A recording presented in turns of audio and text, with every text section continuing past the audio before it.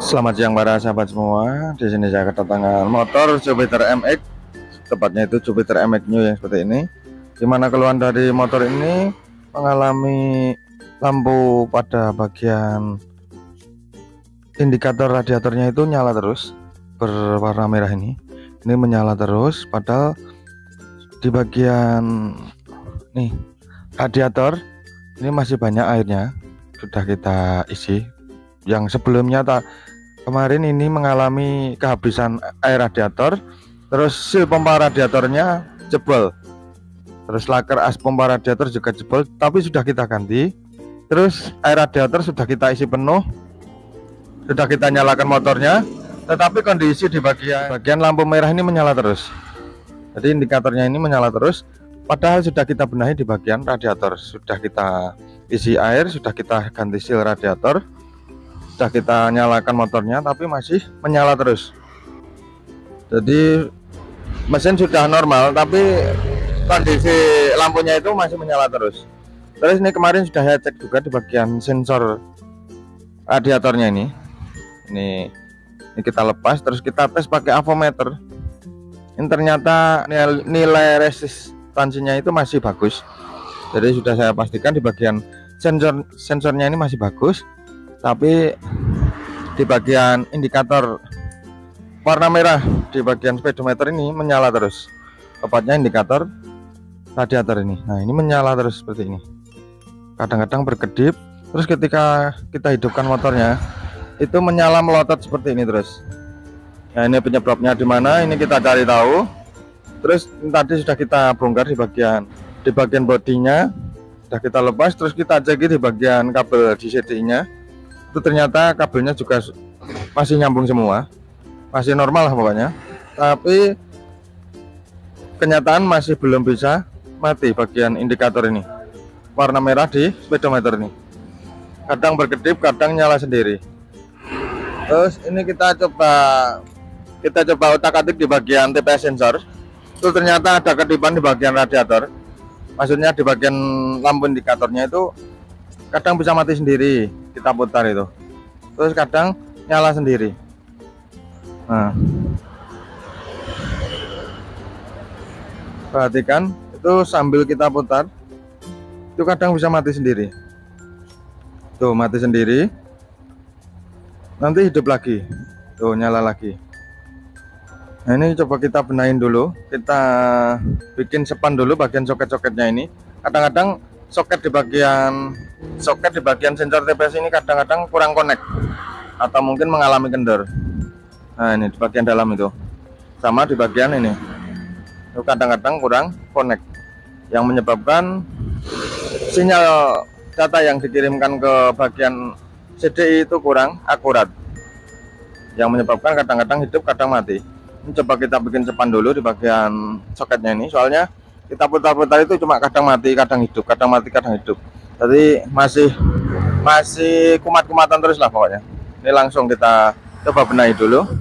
Nah, ini penampakan sensor TPS-nya kan seperti ini, mirip sama motor yang sudah full injeksi, cuma ini istilahnya itu masih memakai CDI, jadi semi lah istilahnya, hampir mirip tapi belum full injeksi. Tuh, seperti ini cara kerja TPS-nya itu. Ini kita coba bikin rapat dulu bagian soketnya, nanti kita coba lagi. Kita coba bikin sepan dulu, nanti kita coba lagi setelah kita benahi di bagian soketnya. Kita bikin agak rapat, jadi masuknya di bagian sensor TPS nanti bisa lebih kencang atau bisa lebih sepan. Setelah kita bikin rapat, kita coba lagi, kita nyalakan kontaknya. Nah, itu masih berkedip, mati, berkedip. Coba kita putar sebentar bagian TPS-nya, kita lihat lagi, mati,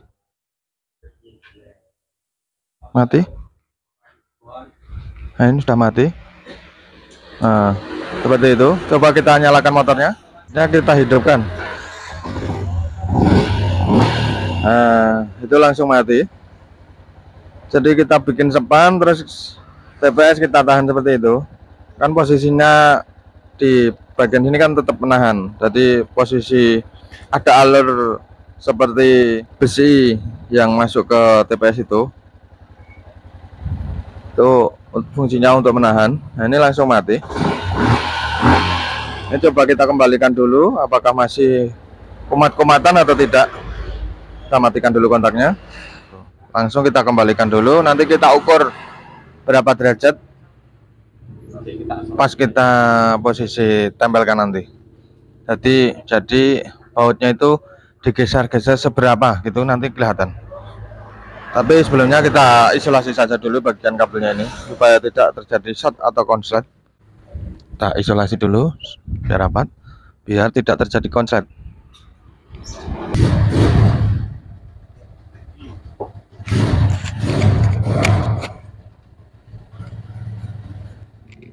Nah, itu sudah selesai, langsung kita tempelkan dulu. Nanti kita baut, terus kita kira-kira angka TPS-nya itu naik seberapa. Nanti dilihat dari segi baut yang menahan seberapa nanti supaya bisa mati nanti kelihatan. Jadi intinya itu soketnya harus kencang, terus posisi TPS-nya juga harus pas. Itu kita masukkan bautnya, terus kita coba dulu.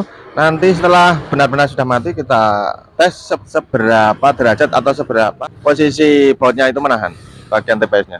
Nah, ini kita coba kontak on dulu. Udah mati atau belum? Nah, itu masih kumat-kumatan, masih hidup, berarti belum pas posisinya. Coba diputar lagi, Mas. Itu masih nyala, itu nyala, mati. Nah, posisinya seperti segitu. Nah, ini posisinya sudah mati. Nanti kita lihat posisinya menahan TPS-nya itu bautnya seberapa, nanti kelihatan.